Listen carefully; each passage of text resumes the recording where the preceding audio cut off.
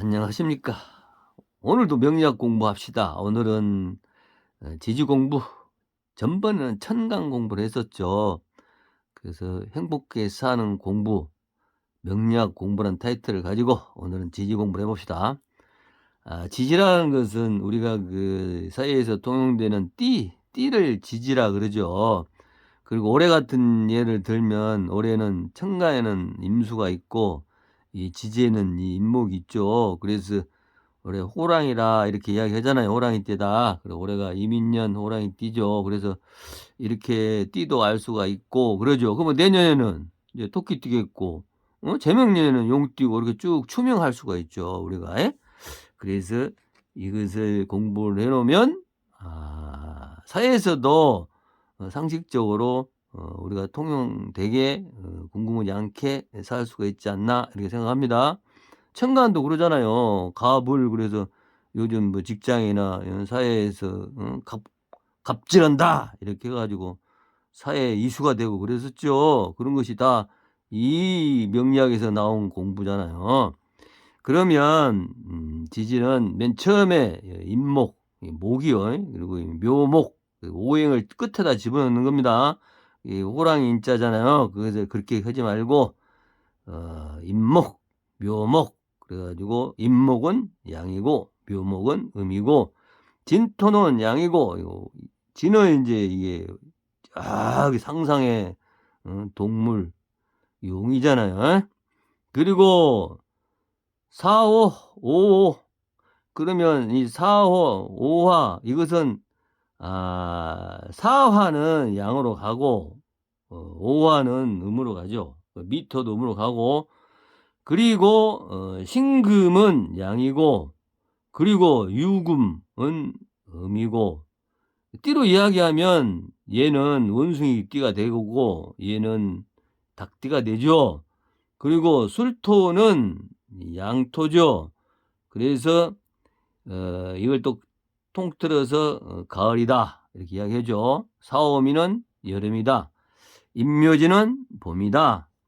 그리고 이 해자축은 해수는 양이고 자수는 음이고 축토는 음이고 그래서 겨울을 치죠. 그리고 월로 보면 이게 1월이고 2월, 3월, 4, 5, 6이고 7, 8, 9, 10, 11, 12 이렇게 해서 1년 12달을 이렇게 짚으죠. 그러면 이것을 이제 도표로 그려 가지고 생극 관계를 공부해 봅시다. 이 생극 관계를 알면 나중에 가서 인제 십성을 공부하게 되는데 십성을 공부하게 되면 그 글자가 나오면 이 사람이 무엇을 할 것인가 아니면 현재 무엇을 하고 있는지 어떤 성향이 있는지도 자세하게 알 수가 있는 공부가 되죠. 자 그러면 오늘 그려 놓고 공부를 해 봅시다. 그 오행이 인제 음과 양 이게 공부했잖아요. 그것을 먼저번에 천강을 공부했는데 이것도 똑같아요. 그러면 이해하기 쉽게 이에다가 천간을 먼저 쓰고 밑에다가 지지 이 오늘 배운 지지를 가지고 생극 관계를 공부해 봅시다. 맨 처음에 이게 간목이죠. 관목으로 배웠죠. 간목, 천간, 이거 양이고 음이라 그랬죠. 그러면 오늘 지지는 똑같은 목에 이게 아까 이야기한 호랑이 호랑이자 임목, 묘목, 토끼 이렇게 이야기했잖아요. 그래서 얘는 토끼, 이건 음이에요. 그래서 이걸 통틀어서 목기운이다. 그래서 목이 또 이렇게 여러 가지의 형상이 일어나죠. 그 먼저 천간에서 그 목기운의 역할을 이야기했죠. 임목도 똑같은 역할을 하죠. 그래서 그에 대비해서 이해가 잘 안 가신 분들은 먼저 번에 그 천간 공부를 다시 한번 하시기 바랍니다. 그리고 갑을 그다음에 인제 화기운을 배웠었죠. 천간에서 이게 병화, 정화를 배웠죠. 그리고 이 지금 사화하고 오화, 오화를 배웠죠. 예. 이건 뱀띠고 이거는 말띠다. 이렇게 배웠잖아요. 이걸 통틀어서 화기운이다. 그다음에 이제 토기운이죠. 토기운은 진술충리가 있죠. 그래서 맨 처음에 봄에 컨트롤에는 진이었고 안쪽에다 써야죠. 진이었고 그다음에 여름을 컨트롤에는 미토고 가을을 컨트롤에는 술토고 겨울은 축토 이렇게 4개를 그 계절의 중간에 끼워서 컨트롤한다 그랬죠.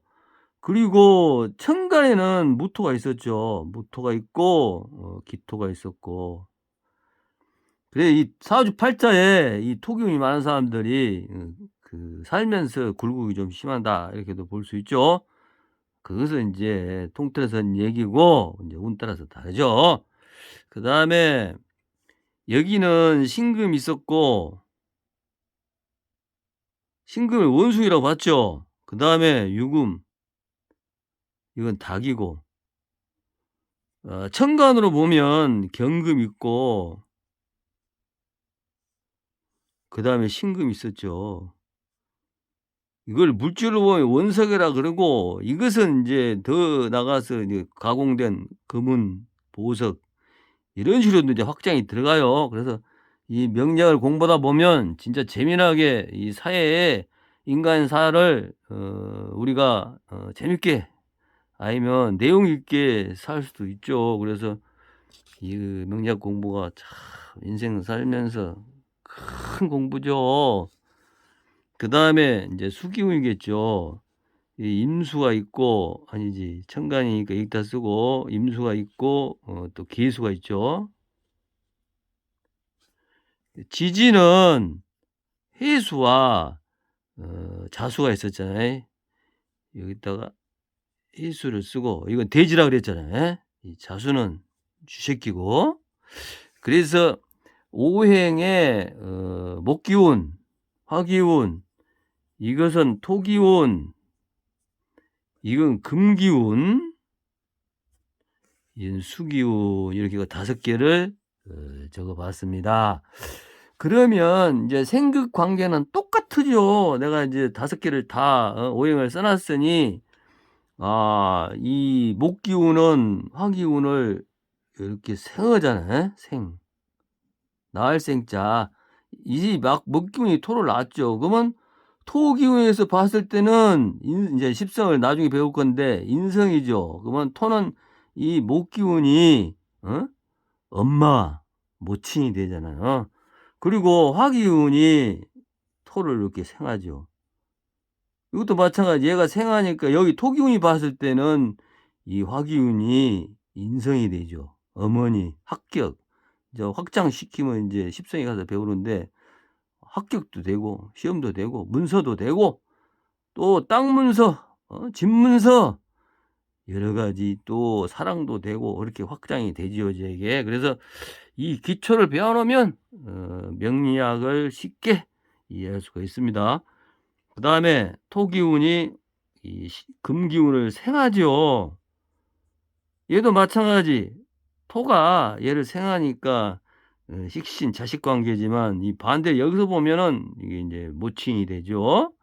마찬가지 신금이 이제 또 수기운을 또 이렇게 생하죠. 그러면 또 여기서 봤을 때 얘가 인성이 되죠. 마찬가지 이렇게 생하죠. 이 생하면 목기운은 수기운이 어머니가 되고 얘는 또 자식이 되잖아. 예? 그래서 식신관계는 먹을 것이 되고 자식이 되고 이렇게 인제 또 확장이 되죠. 그러면 인제 우리가 인제 생강을 배웠으니 생관계를 배웠으니 이제 극관계를 배웁시다. 극은 마찬가지 목기운이 이렇게 토기운을 극하잖아요. 예? 극하죠. 그래서 이게 인제 갑이 예?